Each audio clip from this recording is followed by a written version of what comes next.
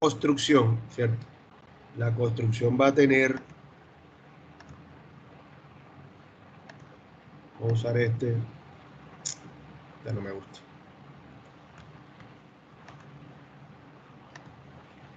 Va a tener este no.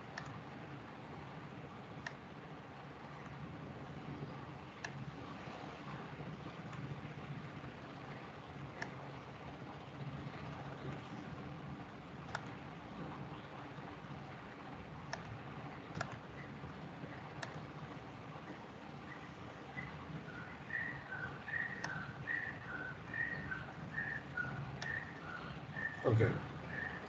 La construcción va a tener una losa, ¿sí? Y va a tener acá sus columnas. Se me hace más gorda. Bueno. Aquí lo plaqué. De aquí.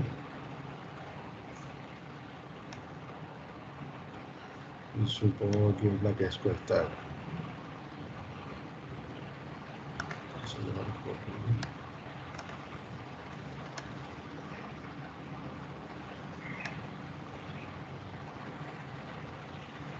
Mejor así. Entonces va a tener sus columnas, va a tener su losa que es esta parte de aquí por donde nosotros caminamos, ¿sí? Y va a tener sus columnas. Voy a pensar una estructura de varios pisos, 10, 15 pisos. ¿Listo? Entonces tiene losas, columnas, obviamente también tiene vigas, ¿sí? Esas vigas van integradas con este sistema de losas acá, ¿cierto? Pero generalmente, para que lo tengan claro, una losa, el espesor de la losa,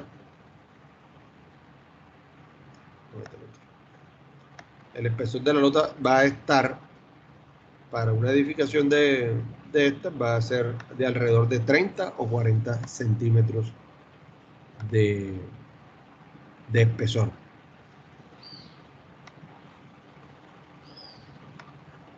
O sea que el tamaño de la losa es 30 o 40 centímetros.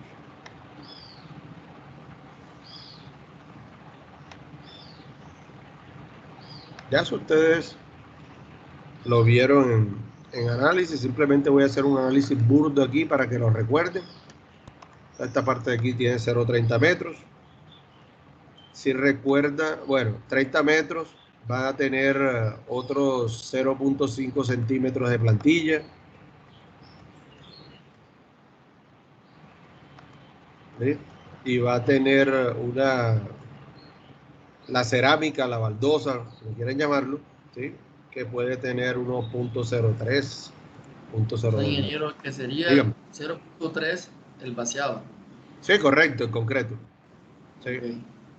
En promedio puede tener más, puede tener una viga descolgada. Yo te estoy diciendo, si por ejemplo, si tuviéramos una losa con vigas descolgadas, yo tomara el concreto de las losas y lo sumara con el concreto de las vigas descolgadas con el concreto de la losa, más o menos ese es el promedio que me va a dar. ¿Ves? Si yo lo hiciera una losa plana, o sea, haciendo una conversión de todo a como si tuviera una losa maciza. ¿Listo? Ese valor va a estar entre 0.3 y 0.4. ¿Listo? Entonces,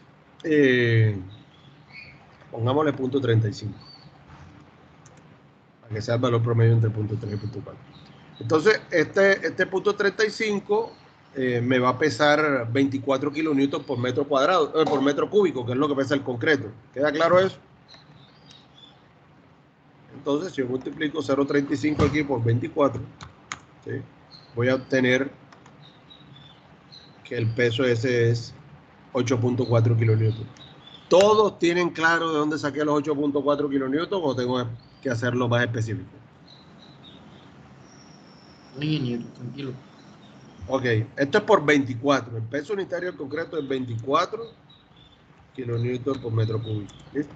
Entonces, si este es el volumen, lo multiplico por 24 y me da los 8.4. ¿Listo? La plantilla es de concreto sin reforzar, ¿correcto? Entonces, ese no lo voy a multiplicar por 24, sino que lo voy a multiplicar por 22. ¿Listo? ¿Listo? Ahí tenemos 1.1. Y la baldosa puede pesar más o menos igual al concreto o un valor intermedio. Voy a multiplicarlo por 24 también. Entonces tendríamos 0.03. Inclusive hay unos mármoles que son mucho más gruesos y más pesados y todo eso. ¿Listo? Entonces, ahí tendríamos 0.72. Si esto es para una construcción, digamos, normal, estrato 3 o 4, sin acabados muy lujosos de gran espesor, ¿cierto? Entonces estamos hablando que más o menos cada placa, ¿sí?, va a pesar 10.22. Si le metemos el peso de las columnas, ¿sí?, eso se puede ir, ¿sí?, a que un edificio, cada piso, voy a borrar este 24 y eso me sirvió para lo que le voy a explicar, a que cada piso, ¿sí?, esté aproximadamente en edificios residenciales, ¿ok?, entre 10 y 12 kilonewtons metro cuadrado. Aquí me equivoqué, aquí no es kilonewton, solo es kilonewton metro cuadrado, porque es kilonewton metro cúbico por el espesor que es metro, me da kilonewton metro cuadrado. Entonces todo esto es kilonewton metro cuadrado.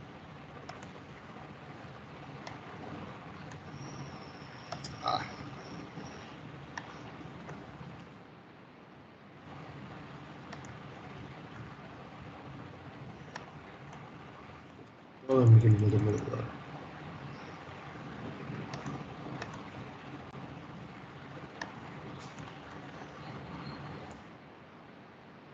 Entre 10 y 12 kilonewton por metro cuadrado. Eso es lo que va a pesar un piso residencial.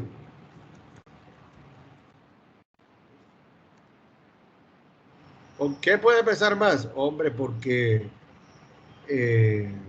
vamos a meter otro elementico aquí para explicarles. Cuadradito.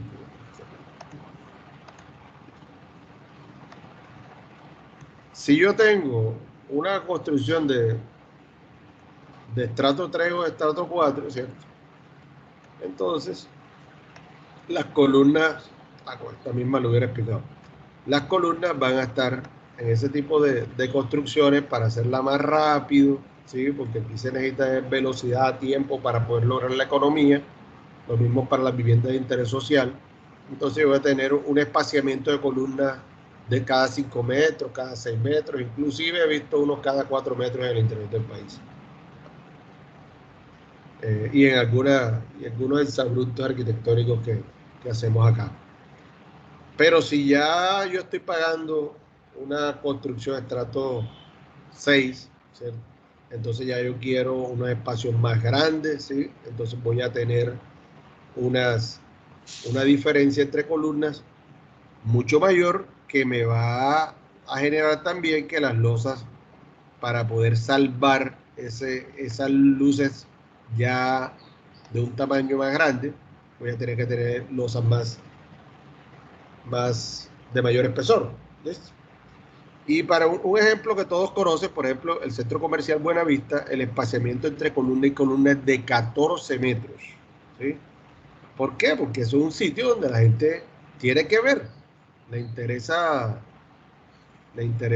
a los dueños de los almacenes, le interesa que la gente tenga espacios amplios para que pueda ver. Y entonces, si ustedes ven las columnas de ella, las columnas son unas mamas de columnas así, ¿sí? Y obviamente las losas también van a ser unas losas madre. ¿Ya? Ingeniero. Dígame. O sea que a mayor luz, mayor son las cimentaciones o las columnas. Bueno, aquí todavía no estamos hablando de las cimentaciones, pero es así como me estás preguntando. ¿Ya? Aquí estamos hablando, Lean, solamente de... No, profesor, soy Edgar. Ah, bueno, Edgar, perdón. Edgar, disculpa. Aquí estamos hablando de los elementos estructurales, las losas, las columnas y eso, pero las cimentaciones también. ¿Listo? ¿Por qué? Porque yo no puedo tener, o sea, si tengo una lucecita pequeña, si yo tengo una luz pequeña, obviamente los elementos van a ser delgados. ¿Por qué? Porque los esfuerzos que se van a generar son mucho menores que los que se van a generar en este tipo de estructuras donde las luces son más altas. ¿Por qué? Porque el espacio, ¿sí? El espacio, este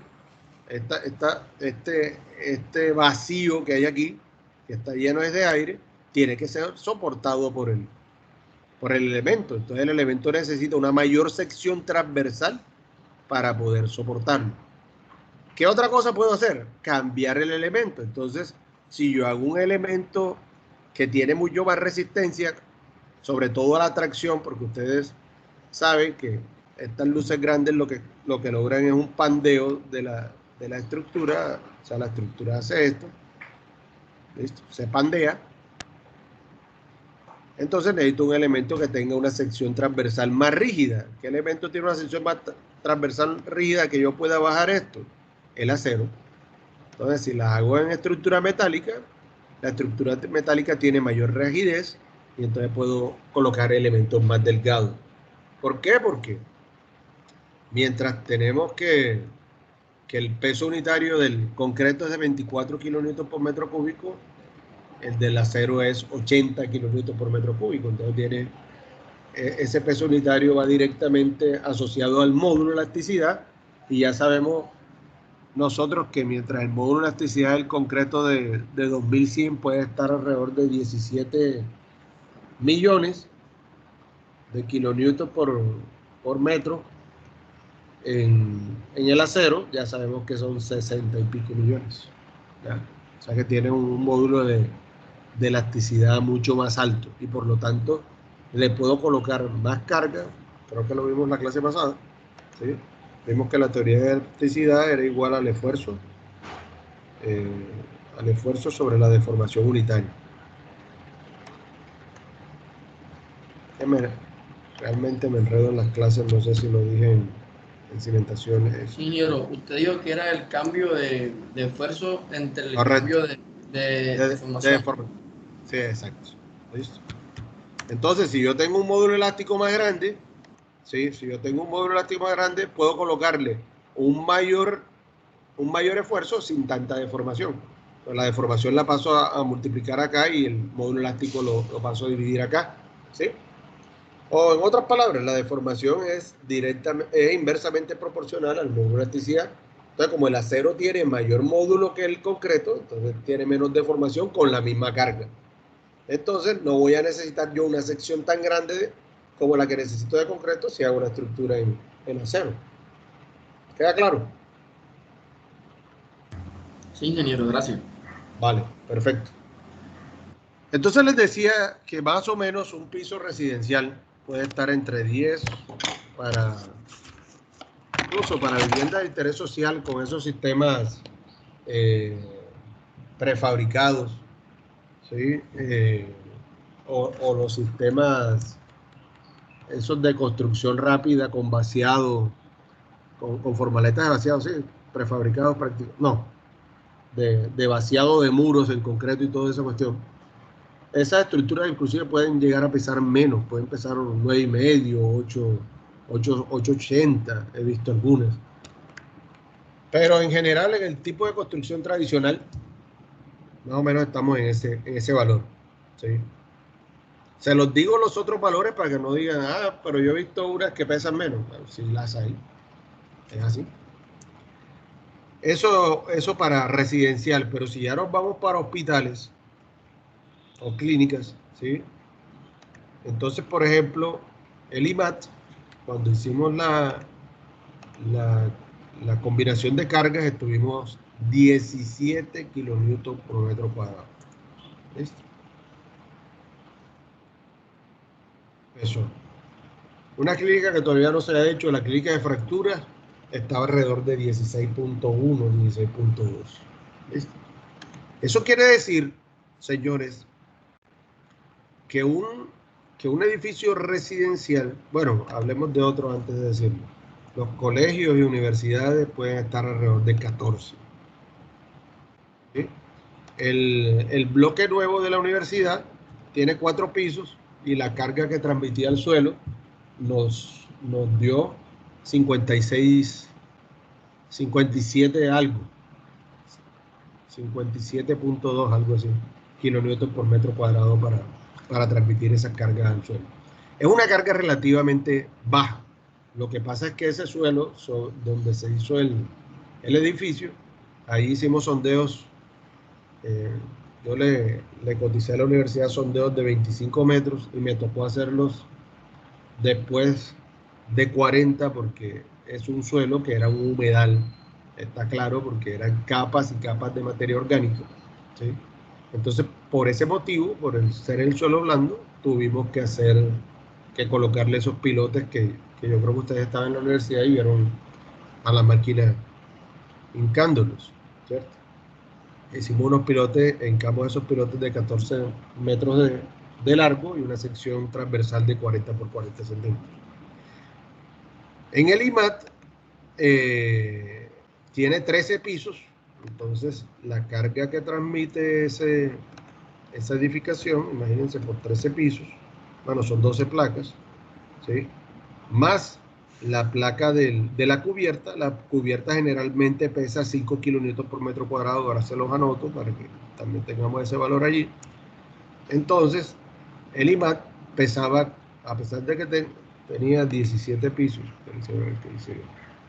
sí, a pesar que tenía 13 pisos, pesaba como un edificio de 21 pisos, porque residencial más o menos está en 10, 11, algo así.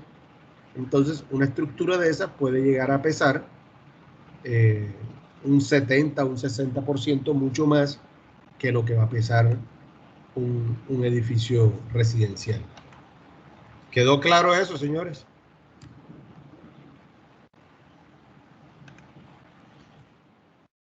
¿O les estoy hablando en chino avanzado? Sí, profe. ¿No hay ninguna pregunta? La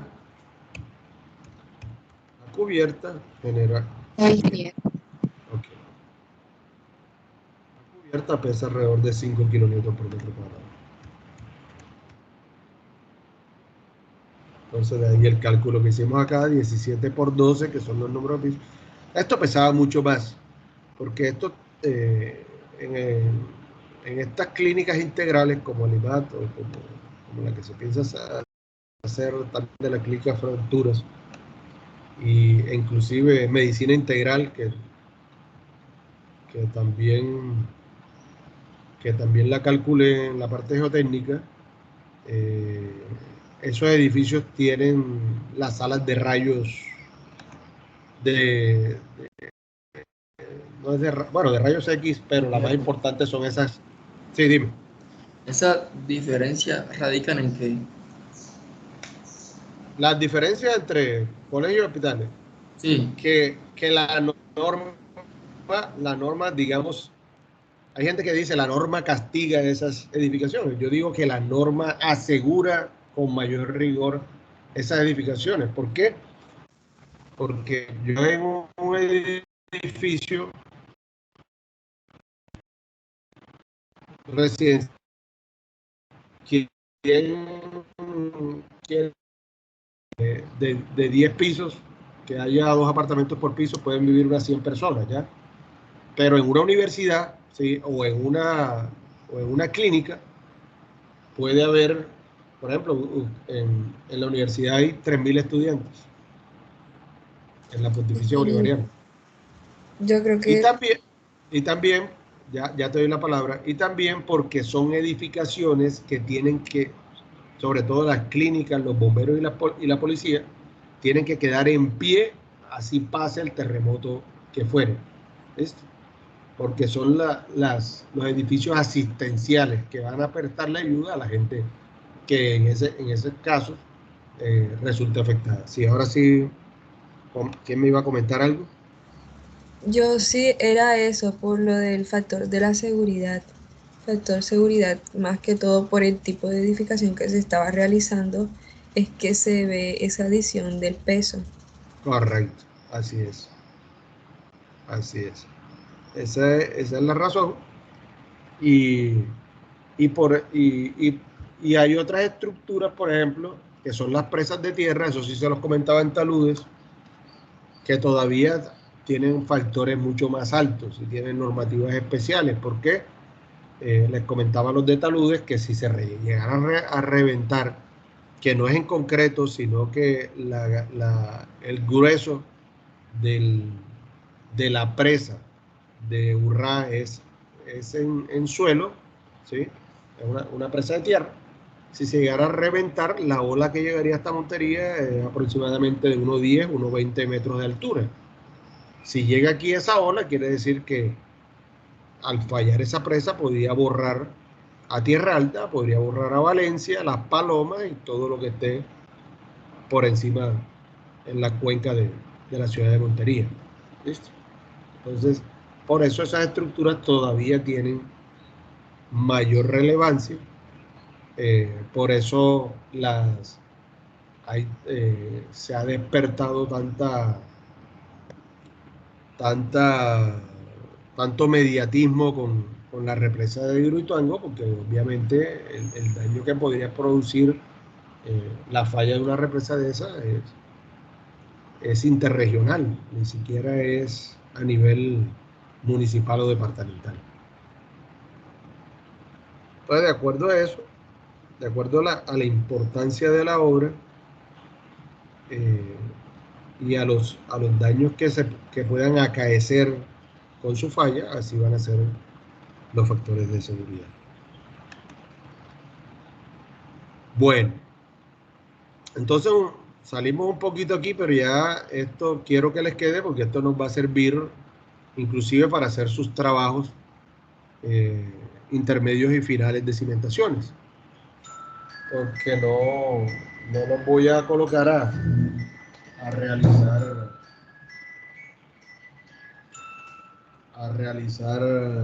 análisis de carga, o si ya lo hicieron con análisis de estructura.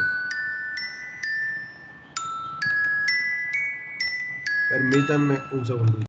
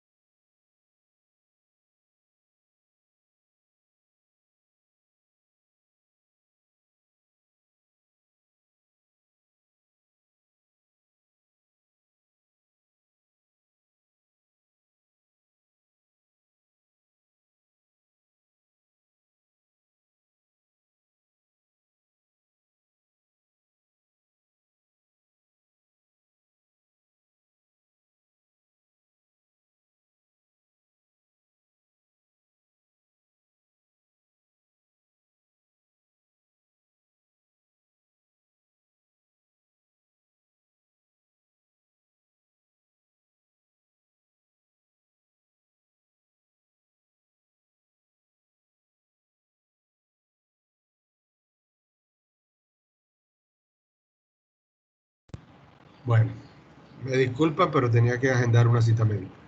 Bueno, muchachos, estábamos hablando de que entonces vamos a construir una edificación de varios pisos. Ya saben ustedes más o menos cuánto es la carga que va a generar cada uno de los pisos. ¿Sí me están oyendo, verdad? Sí. Sí, ingeniero. Ok. Entonces supongamos que hacemos el primer piso. ¿Listo? El primer piso quiere decir que, vamos a hablar ahí un poco vulgarmente, me disculpan las chicas, le clavamos al suelo ese 10 kilonewtons por metro o 11 kilonewtons por metro cuadrado. ¿Qué va a pasar en una arena? En una arena va a pasar que yo le coloco eso y como esta gota de agua, ¿sí? Alrededor de 2.8 horas puede recorrer 1 metro, ¿sí? Supongamos que el edificio tenga 20 metros de sección de ancho. ¿Listo? 20 metros aquí de ancho. Ya no vamos a decir que es 1 metro, sino 20 metros. Estos son cálculos vulgares para que simplemente ustedes tomen una idea de lo que pasa, ¿verdad? Eso después lo vamos a calcular con todos los juguetes. ¿Listo? Entonces, si tiene 20 metros, digamos que la gotica de agua está en el centro de la edificación, entonces se va a correr los 10 metros que le toca recorrer en este sentido, y digamos que en 28 horas, porque él tiene una velocidad de 1 metro por cada punto, 2.8 horas, entonces en 28 horas, la gota de agua ha recorrido todo el nivel del edificio y de pronto sigue corriendo porque la presión que le va a generar el edificio, ¿sí?, alrededor también va a hacer que el exceso de presión se salga. ¿Hasta cuándo va a bajar el edificio? O hasta cuándo el agua, el edificio va a sacar agua. Entonces vuelve y les digo, la esponja. Si yo tengo una esponja llena de agua, ¿sí?, y yo le hago un esfuerzo pendejito, un esfuerzo pequeñito, sale un poquitico de agua. O sea, si yo hago un esfuerzo pequeño, va a salir un poquito de agua. Pero si yo hago un esfuerzo más grande, me va a salir mucho más agua, ¿cierto? Y si hago un esfuerzo tremendamente grande, no voy a lograr sacar el agua toda, pero va a salir una gran cantidad de agua. Asimismo, si yo coloco solamente un piso, va a salir un poquito de agua. ¿Por qué? Porque un piso es como si yo estuviera haciendo ese esfuerzo pequeñito, ¿ya? Un esfuerzo pequeño que va a sacar una cantidad de agua determinada. ¿Cuándo se acaba ese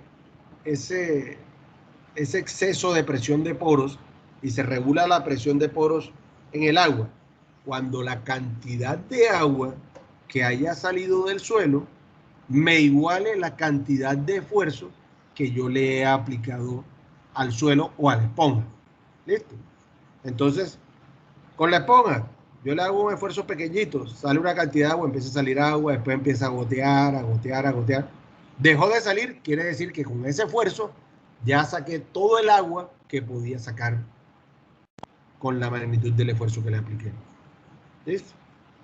Si yo le aplico otro esfuerzo superior, es decir, para el suelo, si yo construyo otro piso acá, va a salir una cantidad de agua superior, ¿ya? Va a salir una cantidad de agua superior. Y así, a medida que yo vaya construyendo, va saliendo y va saliendo agua.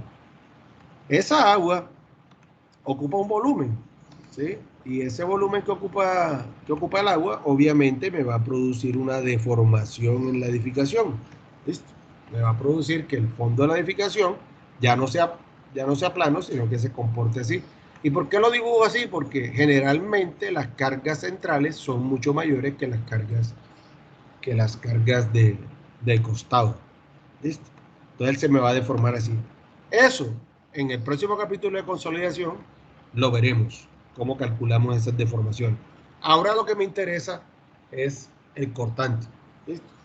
Entonces ya sabemos que a medida que vayamos colocando pisos aquí arriba, ¿sí?, la cantidad de agua que tiene que salir de la edificación, del suelo, debajo de la edificación, bajo su influjo de presión, va a ser mucho más grande. ¿Listo? ¿Por qué? Porque la carga que sale de aquí, este peso que le voy colocando aquí y que con los pisos se va aumentando, ¿sí?, tiene que equilibrar la presión del agua aquí. ¿Y cómo equilibra el agua la presión? El agua la presión, sí, yéndose, ¿sí?, marchándose del suelo. ¿Listo? Haciendo una migración del suelo. Entonces, mientras más grande sea el edificio, más agua va a migrar. O sea, mientras más grande no, mientras más peso le coloque, y no es más peso, es mientras más presión le coloque, más agua va a migrar de la edificación. Vale. Pero eso es harina del próximo costal que vamos a ver. Lo que me interesa aquí es que si construimos un piso, ¿sí?, a las 28 horas, digamos, ya saben que no es a las 28 porque el agua no anda así por una vía a las 3 de la mañana que no viene nadie, no le mete la chancleta a 120 del carro, no anda así. Ella anda suave. Tiene que hacer esto, ¿sí? ¿No ven? Entonces digamos que a los 3 o 4 días máximo, en un material arenoso que tiene una gran permeabilidad, ya se ha disipado toda la presión de poro que se ha generado con la carga esa de un piso que generé. ¿Listo? Entonces empiezo a montar yo las columnas del segundo piso, vacío la losa, ¿sí?, monto formaletas, todo eso, construyo. Ya sabemos que a los pocos días el agua se salió de ahí. ¿Listo? Hago tercer piso. A los pocos días, el exceso de agua que produce ese nuevo piso, ese tercer piso, también ya hizo que se saliera el exceso del agua. Y así hasta que termine la edificación. ¿Listo? ¿Ok? Así va a pasar. Entonces, ¿qué podemos decir? Sí, dígame. O sea, no entiendo. Eso no produciría asentamientos. Sí, el eso agua va, sigue saliendo y saliendo cada vez. sí, va a producir asentamientos, claro. Y nosotros tenemos que diseñar el edificio o sea, tenemos que calcular la magnitud de ese asentamiento en el diseño del edificio. Y lo tenemos que hacer tolerable. Entonces, ¿qué es tolerable? Tolerable es que una edificación que tenga vecinos, máximo se puede asentar 15 centímetros. Y sin vecinos, máximo 30 centímetros. Eso es lo máximo que dice la norma. ¿Listo? Y eso tiene muchos bemoles. ¿Listo? Esto es más bien para placas de cimentación. Si yo dejo que una zapata se hunda 15 centímetros, se me van a producir daños en la estructura. ¿Listo? Entonces eso, a medida que vayamos viendo los diferentes tipos de cimentaciones, yo les voy explicando. Aquí pueden permitir tanto máximo, en esta máximo tanto, ya, y les voy dando las recomendaciones del caso. ¿Ok? Pero sí produce asentamientos. ¿Listo? Eso, como les dije, eso es del próximo tema, el cálculo de estas magnitudes. Ahora estamos viendo el cortante. Entonces, no se me desesperen y poco a poco vamos a ir dilucidando todo. Entonces, a lo que quiero ir es que yo construyo el primer piso, se va el agua, se deforma el edificio. Segundo piso, ese segundo piso produce una salida de agua adicional y me produce una deformación adicional. Tercer piso, lo mismo, me produce una salida de agua adicional, ¿sí? Porque el esfuerzo va aumentando y produce una deformación adicional. Termino el edificio. ¿Cuántos pisos le coloqué aquí? Vamos a ver. 2, 3.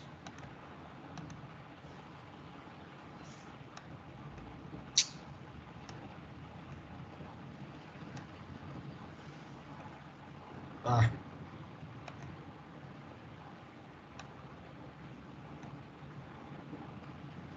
No quiere conmigo. Ah, no, vamos a hacerlo manual. 4, 5, 6, 7, 8, 9. Vale, digamos que es de 9 pisos en la edificación. Terminé el noveno piso. A los pocos días, o digamos, por exagerar, al mes, se salió todo el agua que podía generar esa edificación, ¿sí? Y se produjo toda la deformación. ¿Verdad? Digamos que esta es la deformación para un piso, 2 pisos, después se salió el agua para 3 pisos, para 4 pisos, 5 pisos, 8 pisos, 9 pisos. Ya, esa es la deformación. ¿Qué pasó con la deformación? Ya no se sigue produciendo. Sí se produce por otro fenómeno diferente a la salida del agua. Se produce una deformación que se denomina por distorsión. Como el agua se va saliendo, ¿sí? El suelo, las partículas del suelo se van a ir. Si no hay agua, las partículas del suelo se van a ir tocando, se van a ir acercando cada vez más. Y como están bajo una carga, la carga de la edificación, entonces empieza a presionarla. Entonces, las zonas más débiles de las partículas, las aristas sobre todo, las puntas, se empiezan a romper. ¿Por qué se empiezan a romper las aristas? Porque las aristas son más delgadas, tienen menor sección transversal y son las partes más débiles del elemento, ¿sí? Entonces ya se empieza a romper y al romperse estas partículas se empiezan como a entrecruzarse unas con otras. Eso produce una deformación adicional que es pequeña, que se produce durante mucho tiempo, ¿sí? Pero que ya no es significativa con respecto al asentamiento inmediato que se produjo por salida del agua. Ese asentamiento por salida de agua, o mejor dicho, por aplicación de la carga, por la aplicación de la carga mientras construyo, se llama asentamiento inmediato. ¿Listo? Entonces, en una arena, como tiene una gran permeabilidad, después de que yo construya la edificación, en poco tiempo el edificio no se me va a deformar más.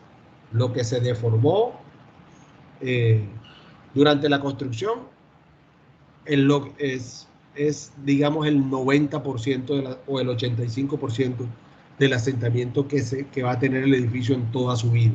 ¿Listo? ¿Por qué? Porque el agua sale rápidamente de él. El agua drena velozmente. Entonces esta es una condición drenada. ¿Qué quiere decir drenada? A medida que voy aplicando la carga desde que fue el primer piso hasta el segundo, hasta el tercero, el cuarto, el drenaje se produjo casi que con la misma velocidad, o sea, la salida del agua, que es el drenaje, se produjo a la misma velocidad con que yo iba colocando carga sobre la edificación.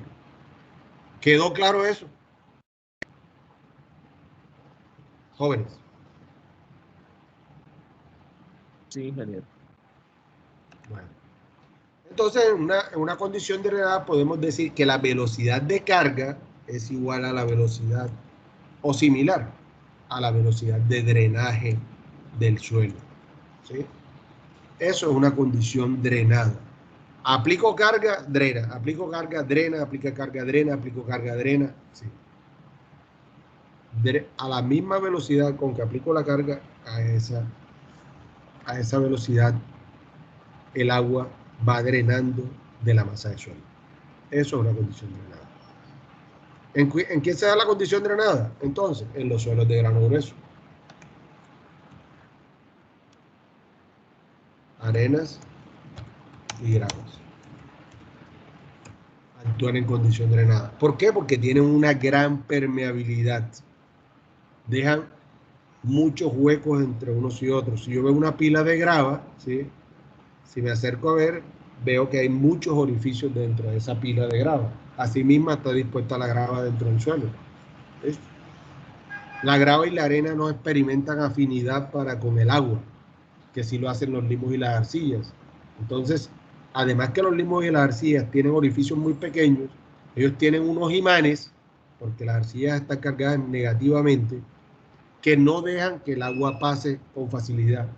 Tratan de mantenerla electromagnéticamente tomada. ¿Listo? Entonces, esta es una condición drenada. A medida que aplico carga, drena el suelo. ¿Listo? Esa es una condición drenada.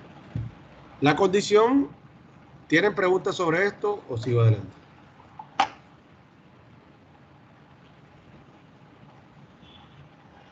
Yo creo que está claro. Ok. Vamos a hacerle un adicional aquí, que también eso lo vamos a ver un poquito más adelante, pero...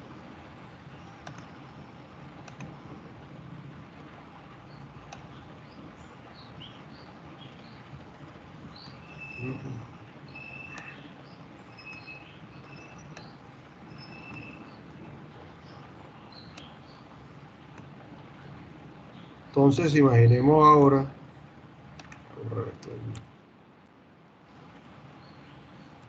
Imaginemos ahora que esto es una curva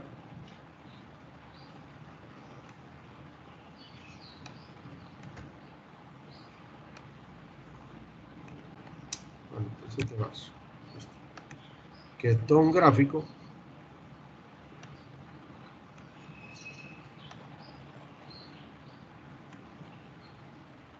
de tiempo contra deformación de la estructura que construye el edificio, lo que fuera. ¿Listo? Y aquí en el tiempo vamos a determinar que este se va a llamar tiempo de construcción, es decir, mientras construyo la edificación. Vamos a colocarle aquí un colorcillo para que lo identificamos, y este de acá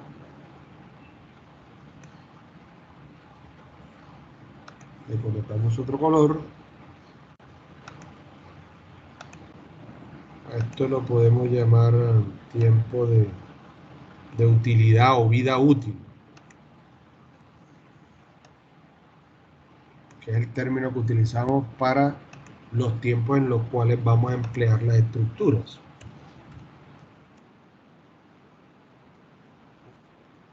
Este va a ser ese tiempo, lo vamos a llamar vida útil. ¿Listo? Entonces, ¿qué va a pasar? ¿Qué va a pasar en una arena?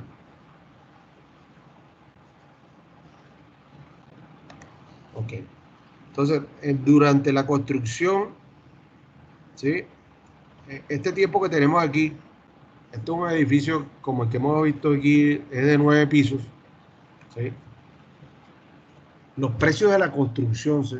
Bueno, en nuestro país, Colombia, tenemos muchas situaciones, ¿cierto?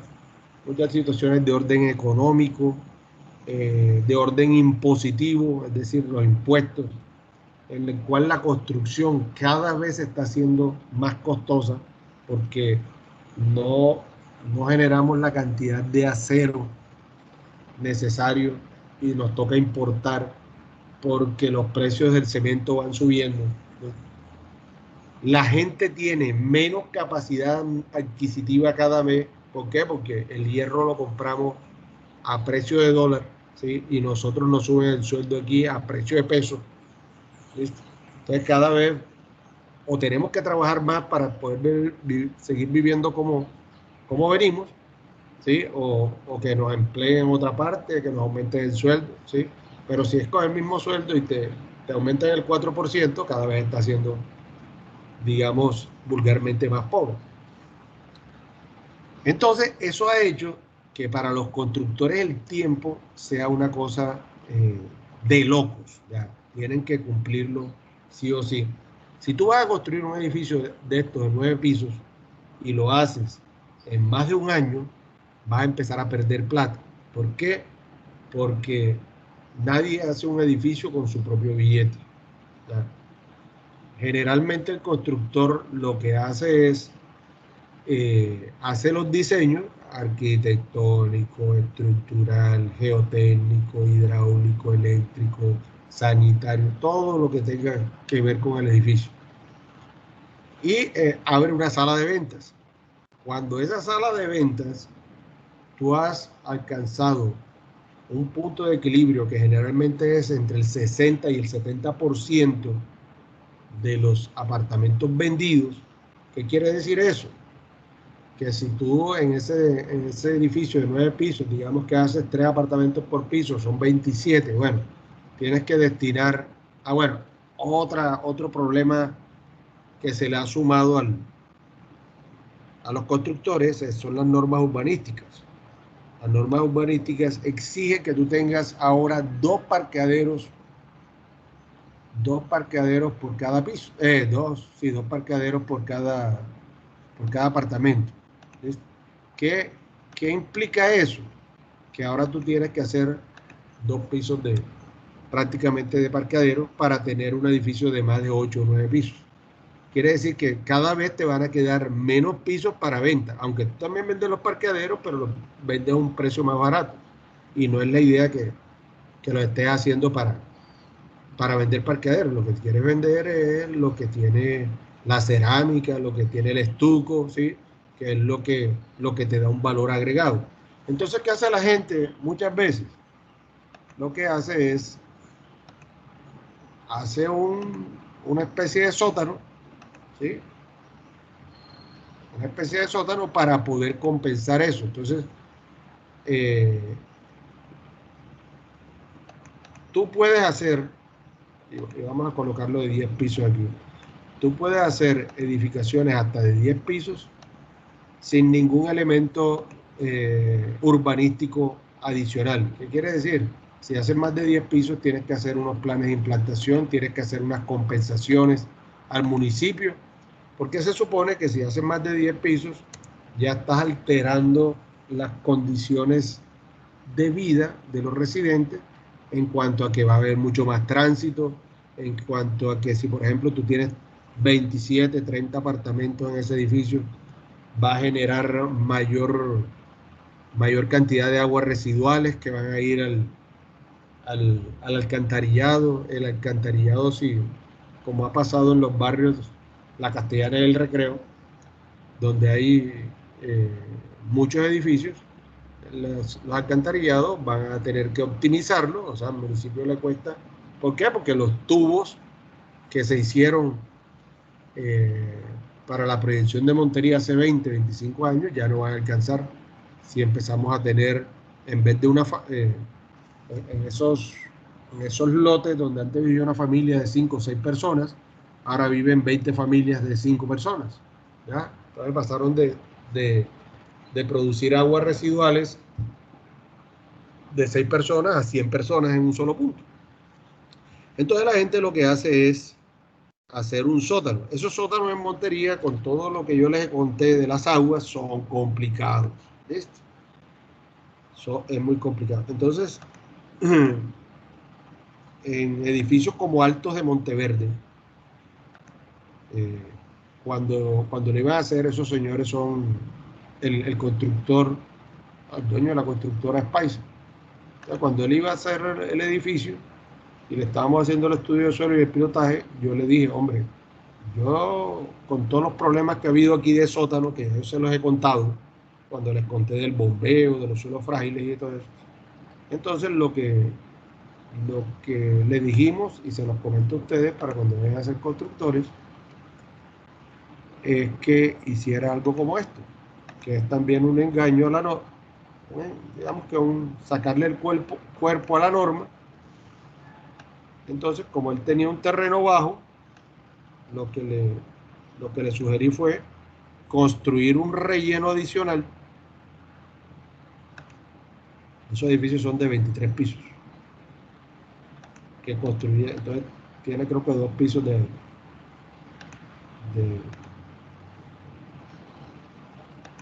parqueaderos, pero mucho más grandes que los pisos residenciales. Entonces lo que se le recomendó fue hacer un relleno para esconder ese primer sótano aquí, ¿sí? Para que no tuviera que hacer la excavación que esta excavación ya yo les he explicado que es en condiciones complejas por la cantidad de agua, por los suelos blandos, por todo eso. Entonces eso fue lo que se le recomendó, que escondiera el primer piso, y la norma urbanística le exige de lo que se ve hacia adentro. Entonces un poco se hizo un relleno en todo el campo, en todo el sitio del lote, y ahí abajo está escondido el primer piso del apartamento. Eso no tiene 10, tiene 23. Entonces, de esta manera, ¿sí? El constructor puede hacer sus 10 pisos, tiene su 11º piso escondido acá abajo, ¿sí? Que se lo permite como si fuera un sótano, solamente que el problema del sótano es que fuera bajo la tierra por el agua que hay aquí en Montería. Él tiene su sótano, pero tiene su sótano construido como él. Así funciona también el Centro Comercial Buenavista. El Centro Comercial Buenavista, cuando nosotros bajamos a los parqueaderos, lo que está él es escondido por un relleno que se hizo allí, ¿ya? Pero el nivel del terreno original era el del sótano, el que tiene el sótano. Entonces lo que se construyó el sótano aquí, ¿sí? Y se le puso un relleno adicional al Buenavista que lo esconde. Ese no fue por motivos arquitectónicos, sino por lo que les estaba contando de los centros comerciales. Los centros comerciales tienen que ser visibles. Entonces, ellos, como voy a utilizar esto ahora como vía, como la circunvalar estaba mucho más arriba, entonces los almacenes no se verían por la gente que va en el carro por acá. Entonces no se vería, entonces por eso tuvieron que subirlo, ya por motivos comerciales, no por motivos arquitectónicos. Bueno, entonces el hecho de que ahora la norma les obliga a tener 2 parqueaderos y no uno como había antes, entonces eso también es un gasto para el constructor, porque obviamente esto no lo va a vender al mismo precio que los pisos residenciales. Entonces todo eso ha hecho que cada vez el tiempo sea más necesario acortarlo, utilizar sistemas constructivos que puedan permitir, que asegurar esa velocidad. ¿Listo? Entonces hemos visto edificios hechos como que la estructura es hecha en concreto, ¿sí? Y las paredes son en Durapanel, como por ejemplo el edificio Río, que queda en la 61 y 62 con Primera, ¿sí? Ese es un edificio que fue hecho así. Y obviamente el constructor hizo ese edificio, imagínense, de 20 pisos, la estructura la hizo en un año, y el edificio prácticamente quedó terminado en año y medio. Entonces, a eso me refiero, a ese tipo de velocidad se tienen que realizar esas edificaciones para que económicamente sea estable. ¿Por qué? Porque llega el momento en que el banco... bueno, les decía, entonces cuando tú haces el punto de equilibrio, supongamos, tienes 27 apartamentos, el 60% de esos apartamentos serían unos 14 o 15 apartamentos, cuando ya tú tienes vendido, palabreado, 14 o 15 apartamentos, vas al banco para que el banco te preste el 70% generalmente del valor del edificio, y el edificio queda subrogado al banco. Y cada uno de esas personas, de esos 14 o 15 compradores, te tienen que ir abonando durante el tiempo, antes de empezar a construir el edificio, el 30% del valor de sus apartamentos. Ya con eso tú completas el valor del edificio, ¿sí?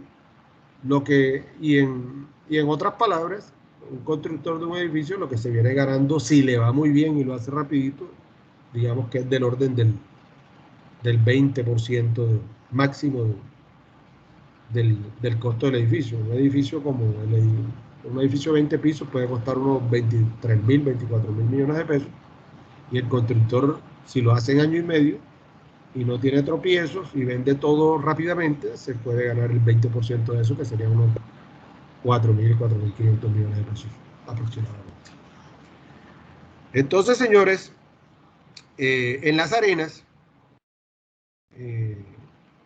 mientras se construye, en vez de hago un piso, hago 2 pisos, el edificio se va deformando: 3 pisos, 4 pisos, 5 pisos, 6 pisos, 7 pisos. Llegué al 10º piso y ya se me produjo toda la deformación. Ya durante la vida útil, espero que me quede, esto no es recto porque les dije que se producen unos asentamientos por distorsión, pero la deformación va a ser, la deformación adicional durante la vida útil va a ser menor, ¿listo? Va a ser muy pequeña y no va a producir daños en la edificación. ¿Sí quedó claro eso? Sí, pero Entonces aquí hay una división, ¿sí?, entre el tiempo de construcción, que se produce una gran deformación, y después durante la vida útil se produce una deformación pequeña comparada con la otra. Bueno, faltan 4 minutos, no me va a dar tiempo de explicarles la drenada, pero entonces se van con esta imagen de cómo funciona una arena, ¿sí? Esto es para suelos de grano grueso, ¿sí? Esta curva que estamos haciendo aquí. Y en la próxima clase vamos a construir, bueno, vamos a visualizar cómo sería el comportamiento de una condición no drenada. ¿Listo? Bueno, que tengan un buen día, Ingeniero, muchachos. Díganme. ¿para cuándo quedaría lo del parcial? Bueno, ya yo les puse un trabajo, ¿no? Ya yo les puse un trabajo de esto, y apenas terminemos esfuerzo cortante, yo digo que en unas 2 o 3 semanas hacemos parcial de lo que hayamos visto. Para que no se les acumule tanto eso. Señores, ¿se están entendiendo las clases? ¿Qué necesitan que se mejore? La idea es que ustedes comprendan todo el Profe, material. hasta el momento Dígame. todo muy bien. Bueno, cualquier cosa me informa. Buen día, Gracias. muchachos. oh, profe, Ok. antes de, pero no una pregunta como de la clase. Dime, Sebastián. Mire, lo que pasa es que acá en la casa estuvieron construyendo un pozo de agua. Ajá. Entonces, para buscar el agua, utilizaron unas varillas de aluminio en forma de L. Y, o sea, cuando uno se iba acercando a la parte que tenía agua, las varillas se cruzaban. ¿Eso por qué sucede? ¿Cómo así que se cruzaron? O sea, uno se coloca agarra las dos varillas en las manos y se las junta al pecho, y mientras va caminando, las varillas se cruzan. justo donde está el agua, debajo de la tierra. Bueno, no sabría exactamente, o sea, no te puedo decir a ciencia cierta qué es, pero obviamente las varillas deberían estar eléctricamente cargadas. ¿Qué pasa? Que el agua es conductor de la electricidad. Entonces, eh, supongo que al encontrar agua, me imagino que la iban como metiendo dentro del suelo, ¿no? O solamente tocando. Le escuché ¿Cómo? le escucho entrecortado. No sé si es Ah, ok. problema de conexión. Las varillas estaban enterradas, ¿las ibas enterrando en el suelo o ibas caminando con ellas simplemente?